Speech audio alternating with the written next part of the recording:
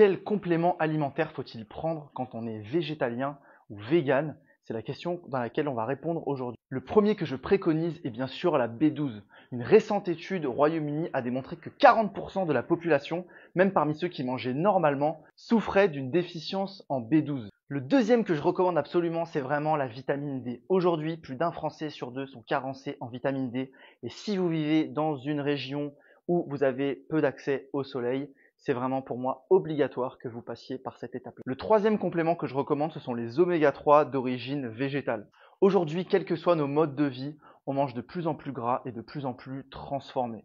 Le ratio de 1 oméga 3 pour 4 oméga 6 avec lequel notre corps a évolué pendant des millions d'années n'est plus du tout respecté aujourd'hui. Même si 2 cuillères à soupe de graines de lin semblent combler nos besoins journaliers, juste au cas où, je préfère également me complémenter en oméga 3. Le dernier complément que je préconise sont bien sûr les protéines en poudre d'origine végétale fermentées.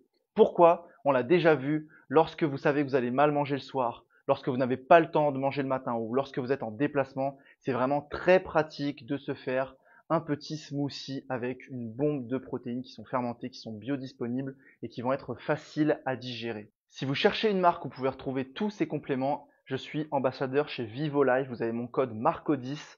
Pour moi, c'est la meilleure marque vegan au monde. Vous avez plus d'infos dans la description. Passez une pure journée.